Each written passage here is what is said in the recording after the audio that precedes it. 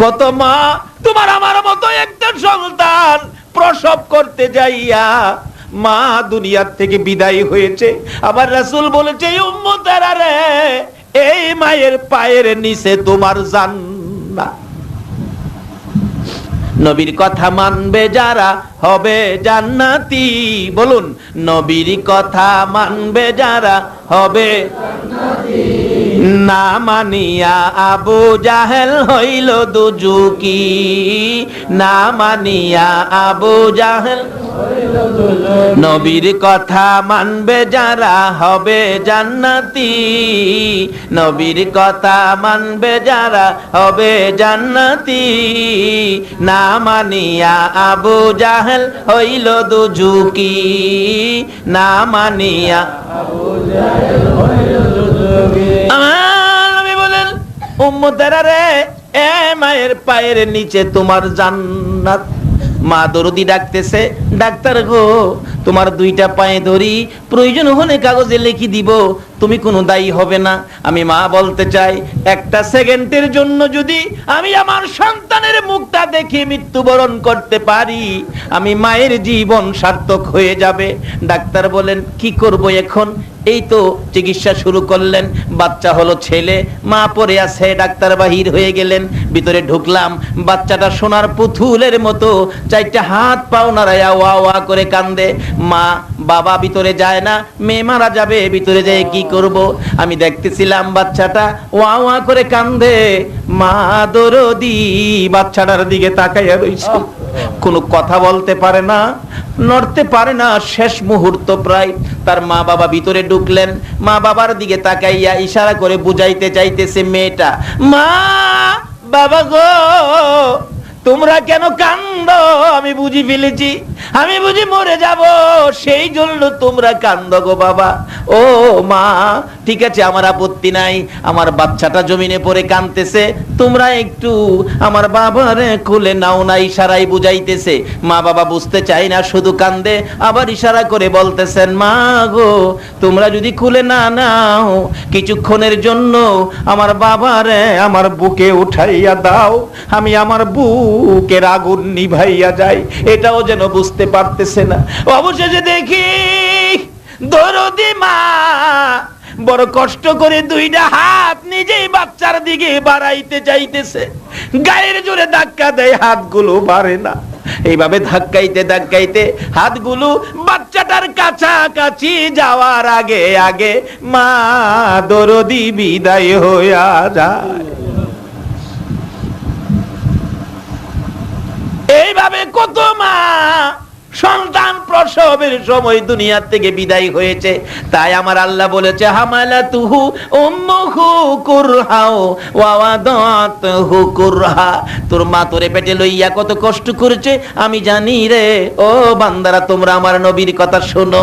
আমার নবী বলেছেন, আল জান্নাতু তাহতা আকদামিল উম্মাহাত। সন্তানেরা রে, তোমার মায়ের পায়ের নিচে তোমার জান্নাত। মায়ের পায়ের নিচে জান্নাত, একটু নমুনা দেখবেন বাস্তবে মিলে বোঝা যায়। কিভাবে দেখবেন? মা রান্নাঘরে রান্না করতে গেছে, বাচ্চাকে ঘুম পাড়ায় রাখছে।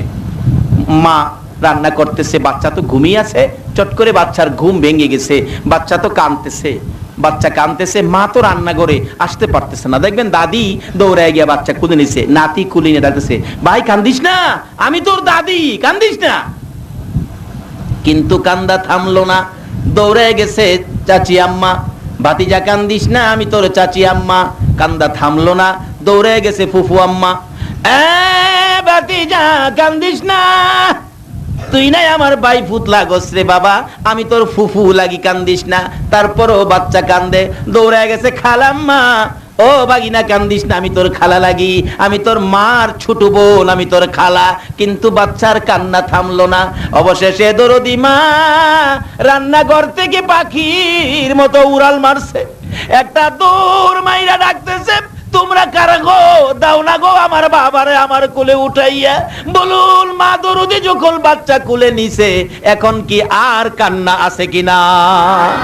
ওই যে জান্নাতি মায়ের পায়ের নিচে জান্নাতের গন্ধ মায়ের কুলের মধ্যে আছে। আজকে সেই মাকে আমরা চিনলাম না। নামাজ পড়েন, কিচ্ছু লাভ হবে না যদি মাকে কষ্ট দিয়ে থাকেন। হজ করতে গেলেন, কিচ্ছু লাভ হবে না হাজী হয়ে যদি মাকে বাবাকে কষ্ট দিয়ে থাকেন। আল্লাহ রাসূল বলেছেন মা বাবা সম্পর্কে, আল্লাহ কোরআন শরীফে ওয়াজ করেছেন, হাদিস শরীফে রাসূল ওয়াজ করেছেন। শুধু ওয়াজ নয়, রাসূল নিজেও মায়ের জন্য বাবার জন্য কত সিস্টেম দেখায় গেলেন দুনিয়ার জমিনে। আসুন, মা বাবা, হযরত ইব্রাহিম আলাইহিস সালাতু সালাম যখন ছোট ছিলেন, তার মাকে ইব্রাহিম নবী প্রশ্ন করেন, মা আমার রব কে? আচ্ছা বলুন তো, আমাদের রব কে? আল্লাহ। সবাই বলুন কে? আল্লাহ। ইব্রাহিম নবী প্রশ্ন করলেন, আমার রব কে? মা বলেন, ইব্রাহিম তোমার রব তো আমি, তোমার রব আমি। এক কিসিমের রব মাকে বলা যায়, নাউজুবিল্লাহ, আন্তাজি কইেন না, রব্বুল বাইত। দুয়ার মাঝে আমরা কই না, রব্বির হামহুমা কামা রব্বায়ানি সগীরা। রব শব্দের অর্থ হলো লালন পালনকারী। রব শব্দের অর্থ হলো লালন পালনকারী। বলুন, এককালে লালন পালনের দায়িত্ব আমাদের মার কাছে ছিল কিনা? যে দায়িত্বটা পৃথিবীর আর কেহ মাইনা নেয় নাই, শুধুমাত্র মাইনা নিছে কে? আরো জোরে বলুন, যেটা বাবাও মাইনা নেয় না। বাবা দেখবেন অনেক সময় বাচ্চা pen pen pen pen pen pen pen pen করতেছে, বাবা ঘুমাইতে অসুবিধা হইতাছে, বাবা দেখেন এক পর্যায়ে রাগ হইয়া ধমক দেয়, এটারে গলা চিপদা মাইরা বাইরে ফেলায় দাও। কিন্তু কোন মা কি জীবনে এই কথা কইছে? এই জন্য হাদিস শরীফে মায়ের কথা বলছে। আমরা ওয়াজের মধ্যে মা বাবা উভয়ের কথা বলি, কিন্তু রাসূল শুধু মায়ের কথা বলেছে, কারণ মায়ের মতো দরদি সন্তানের জন্য পৃথিবীতে আর কেহ নাই। দেখবেন মা, সন্তান মাকে ভাত দেয় না, কাপড় দেয় না, পান সুপারি দেয় না, খানা খোরাক কিচ্ছুই দেয় না, মার খবর নেয় না, মার খবর নেয় না। এরপরও দেখবেন মা ছেলেটা বাসায় বাড়িতে আসছে কিনা, যতক্ষণ ছেলেটা বাসায় না ঢুকছে ততক্ষণ পর্যন্ত একটা ঘরের দরজা খোলা। বলুন, এই ঘরটা কার? মার। অথচ মার ডাক দেয় না।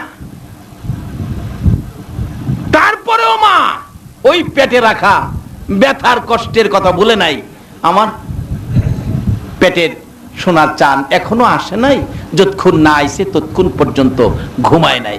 তাই বলতেছিলাম, মা যে কি জিনিস, মা যে সন্তানের জন্য কত দরদি। আল্লাহু আকবার বলুন। ইব্রাহিম বলেন, আমার রব, মাগো আমার রব কে? মা বলেন, তোমার রব আমি। বলো কি মা? এক কিসিমের রব মাকেও বলা যায়, যেহেতু রব শব্দের অর্থ লালন পালনকারী। ছোটকালে আমাদেরকে লালন পালন করছে কে?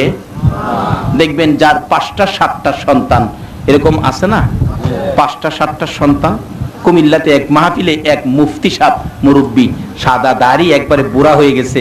জিগাইলাম, চাচা আপনার ছেলে মেয়ে কয়জন? খালি হাসে, কথা কয় না। আরে বাবা, ছেলে মেয়ে কয়জন? কন না, হাসেন কেন? বাবা রে, কইলে তুমিও হাসবা। জিগাইলাম কতজন? কয় আল্লাহর মাল 20 জন। 20 জন ছেলে মেয়ের বাবা আসেননি এখানে? থাকলেও কইতো না, কারণ সরকারের আইন হইল ছেলে হোক মেয়ে হোক দুইটাই বলে যথেষ্ট, দুইটাই বলে যথেষ্ট। অহন বেড়া রয়েছে 20 জন। এরকম খবর পাইলে হ্যাঁ দইরা তাল ফুটটি ফাড়াই লইলে না, নাই ত্যাগ করে খাগড়া ছুরি ফাটাই দিলে। 20 জনের মা বাবা এখন আমাদের এলাকায় নাই। 2-4-5 জনের মা বাবা আছে না? 7 জনের, 7 সন্তানের মা দেখবেন লালন পালন কিভাবে করে। সন্ধ্যার দিকে হাঁস মুরগি পালন করে ঠামাইলেন, গরু ছাগল ঠামাইলেন, বাচ্চা কাচ্চাদেরকে খানা দানা খাওয়াইলেন, গরদর সবকিছু ঠামাইয়া গুছাইয়া মা শীতের রাত্র ঘুমাইতে গেছে, রাত্র বাজে 11টা। খালি মা শুইছে ঘুমানোর জন্য ঠান্ডার রাত্র। এমনি সময় মাইজের ভোলাটা ভাত খাইছিল না, হ্যাঁ ওইটা দেখেন কান্দা শুরু করছে। মা জিগায়, কি হয়েছে বাবা, কি লেগে কান্দো? কয় না, খালি কান্দে। এরকম অভ্যাস পোলাপানের আছে না? দেখবেন অনর্থক কানবো, কিচ্ছু কইতো না। বাবা তো রাগ হয়ে গেছে, হ্যাঁ ক গড়তে বাইরি তো। কিন্তু মা কয় তোমারও তো মেজাজ গরম কিনলে গা। বাবা কিনলে গে কান্দে, আমি দেখি না, তুমি ঘুমাও। বাবা কি কি হয়েছে কও না। হ্যাঁ হ্যাঁ, আরে বাবা কস না, বেশি যখন জিগাই কস না কি হয়েছে কও না। এমন সময় দেখেন বেড়া জিদ দে শোয়াতে উইটটা খার হইয়া ফসরাপ শুরু করছে। পোলাপনের এমন অবস্থা হয় না, বালিশ ভিজাই লাইছে, হ্যাঁ ফসরাপ কইরা। মা কই কি রে বাবা এইটা করলি কি, তুই কিনলে গে কান্দোস, কইতেও না, বালিশও ভিজাইছস ফসরাপ কইরা, কি হয়েছে বাবা কস না, তুই আমার বাবা লাগস কস না। এরকম একটা মায়া মা করছিন দিও। অবশেষে রাগ হইয়া মায়ের কাপড় ধরে টানে রে, টানতে টানতে ঘরের বাইরে নিয়ে গেছে। এবার এমন জোরে টান দিছে মা কাপড়ের পেঁচ খাইয়া পড়ে গেছে। এরপরে ও ডাকে বাবারে, কেন কান্দস, কও না রে বাবা কও না। এরম কষ্ট মা ছোট কালে আমাদেরকে নিয়ে করছে কিনা কর। এই মারে কষ্ট দিয়া মসজিদে যাইয়েন না, এই মারে কষ্ট দিয়া মাদ্রাসা যাইয়েন না, এই মারে কষ্ট দিয়া মক্কা মদিনা যাইও না, আমার আল্লাহ রাসূল খুশি হবে না। টানতে টানতে মারে ফালাই দিছে। এরপরও মা ওইটা দুই গালে চুমায়, হাত বুলায়, বাবারে কও না বাবা কি লেগে কান্দো কও না। অবশেষে কয় আমি যে ভাত খাইছি না তুই জানোস না। আচ্ছা এই কথাটা কি হ্যাঁ আধা ঘন্টা আগে কইতে পারছিস না? অনর্থক কান্দে কয় না। বাচ্চাদের এরকম একটা অভ্যাস আছে না, আমরাও কিন্তু এই যন্ত্রণা দিছি মারে। এই জন্য আজকে মায়ের জন্য দোয়া করা দরকার আছে কিনা বলুন। আর যদি দোয়া না করেন মা বাবার জন্য, কবর থেকে মা বাবা দীক্ষার দিবে আপনাকে, কি বলে, তো তাওয়াঙ্গার গার সুদি আজ মালে মা, তো চারা গাফেল সুদি আজ হালে মা। আমার সই সম্পদ পায়া বাড়িওয়ালা গাড়িওয়ালা হইয়া রে, আজকে আমার ব্যাপারে এত গাফেল, আমার খোঁজ খবর নিলি না, আমি কবরে কেমন আছি। তুই দিয়ে 8 দিন ঢাকায় থাকতে, 9 দিনের দিন বাড়িতে আইতে, 9 দিন গিয়া 10 দিন হইলে, এই রাত্রে তো আমি মা তোর ব্যথায় ঘুমাইছি না। মা কত কষ্ট করেছে। তাই তো বলতেছিলাম ইব্রাহিম নবী বলেছেন মা আমার রবকে, মা বলেছেন তোমার রব আমি। এক কিসিমের রব মাকেও বলা যায়, কেন, মা লালন পালন করেছে। রব শব্দের অর্থ হলো লালন পালনকারী। দেখবেন একটারে আধা ঘন্টা ভাত খাওয়াইয়া ঘুম পাড়াইছে, কথাটা খেয়াল আসেনি? এরপরে আরেকটা ঘুমে তুলছে, মা আমি প্রস্রাব করে দিছি। বলুন এই প্রস্রাবের ভিজা খাতা কে বদলাইছিল, নাকি শাশুড়ি?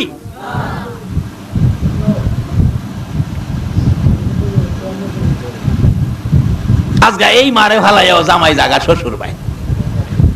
আচ্ছা জামাই মারা গেলে লাশটা কাফন পরাইয়া হবলে যদি ক শাশুড়ি বড় আদর করতো, লাশটা শ্বশুর বাইত ফাড়াইয়া দেই, খাডলাত কইরা শ্বশুর বাইত লয়ে যাইবেন।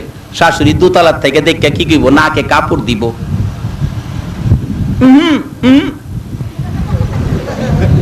এমনে না এমনে লয়ে যাও। মরা লাশ আনজাইয়া ধরে দুই গালে সুমাইয়া কান্দে, কে বলুন, মা। কিভাবে সামনে আসতেছে, পিঠের প্রস্রাব বদলাইছে, ঘুমায় না, পিঠে থাপড়াই ঘুম পাড়াইতেছে, আধা ঘন্টায় এটারে ঘুম পাড়াইছে। এমনি আরেকটা চিল্লানি মারছে, মা কি হয়েছে, আমি হাগুম। এরকম হইছে না শুরু সময়? বাবা গেলাম ঘুমাইতেছে,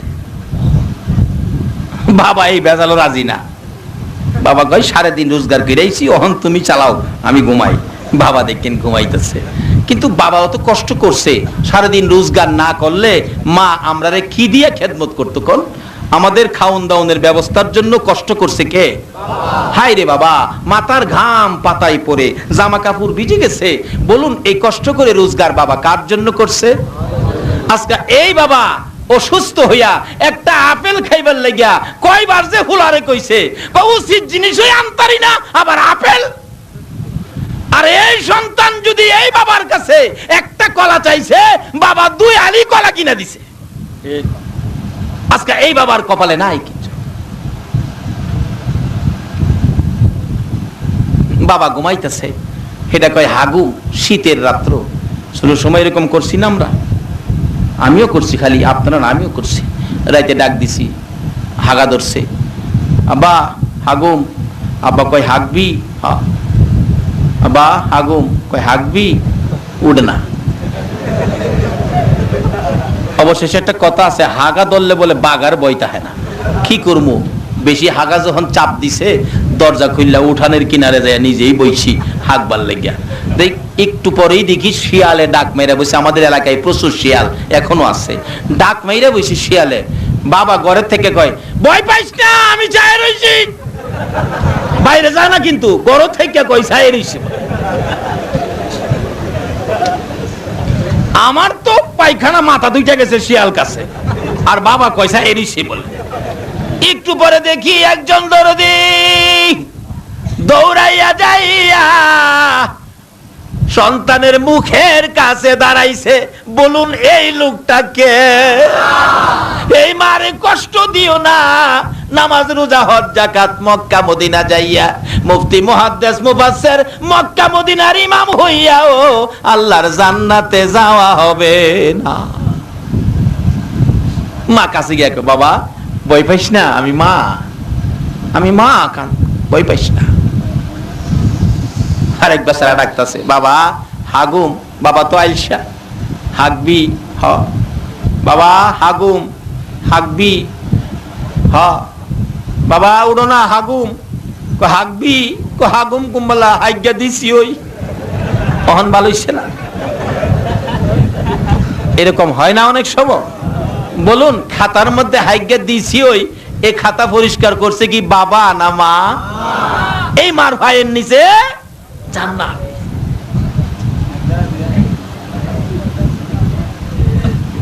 হাঁকবি উঠানে নিয়ে বসাইছে, আধা ঘন্টা বই রইছে শীতের রাত। আধা ঘন্টা পরে মা জিগায় কিরে বাবা হাগা হইছে? হইলে তো আমিই কমু। আরো 15 মিনিট, হ্যাঁ গান গা, টিরিং টিরিং টিং টিরিং টিরিং টিং।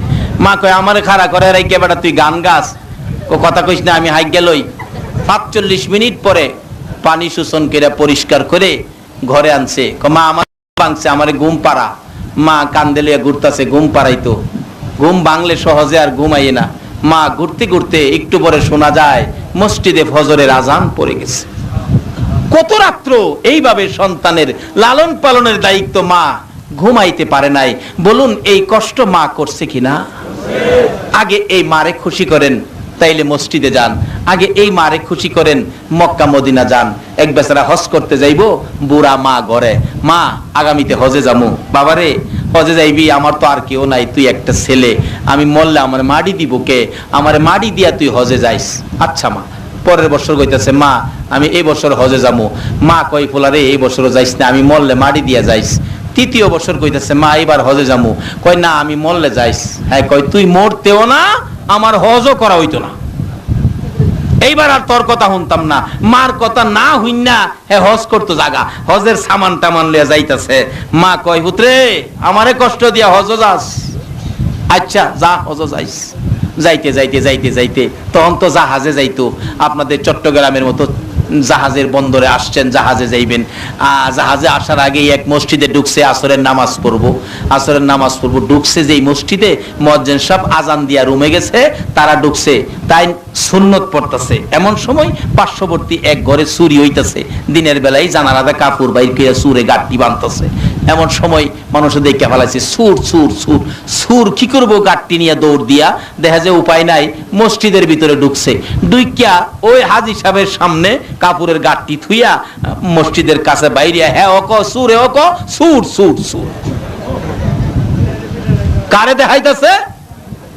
ওই যে মারে কষ্ট দিয়ে হজ করতো যা।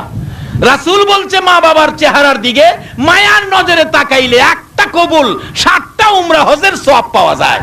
হ্যাঁ এই মারে ভাড়াইয়া যা মক্কা মদিনা হজ করতো। আচ্ছা মানুষ আইসা দেহে চুরি কিরা মাল সামান সামনে তুইয়া তাই নামাজও খারিছে। ফুলাফান কো সাইজ কিরে লাই, মুরব্বীরা কো রাখ নামাজটা শেষ করো।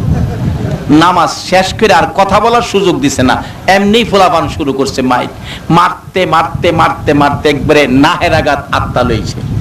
মুরব্বীরা কো আর মারিস না, মারবি তোরা জেল খাড়ুন লাগবো আমরা, আর মারিস না। একটু পর পর শ্বাস ফালা ডাক মারে, মা গো মা ডাক দেয় মা চট্টগ্রাম সন্তানে, আর বৈরত থেকে মা গলা কাটা মুরগির মতো লাফায়। বলুন সন্তানের বিপদ হইলে আগে জানে কে? আরে জোরে বলুন, মা। তার বাস্তব ঘটনা বলছি, আমাদের এলাকার ঘটনা। মা, ছেলে ডাকা যাবে, শ্বশুর বাড়ির থেকে বিদায় হয়ে গেল। মা সকালবেলা রাস্তায় দাঁড়িয়ে আছে, ছেলেটা শ্বশুর বাড়ির থেকে আসবে, আমি মায়ের কাছে বিদায় নিয়ে ডাকা যাবে। ফার্স্ট টিপ বাসে ডাকা যাবে অফিস করার জন্য, কিন্তু মা দাঁড়িয়ে আছে, আসলো না। শাশুড়ির কাছ থেকে বিদায় লইয়া রওনা হয়ে গেছে। বলুন মায়ের দোয়ার পাওয়ার আছে কিনা? মার কাছে দোয়া চাবেন, মা ডাকা যাব, দেখবেন মা একটা ডাইরেক্ট দোয়া করে, যাও আল্লাহর মাল, আল্লাহর হাতে সইপটা দিলাম। এই দোয়া মা ছাড়া আর কেউ করতে?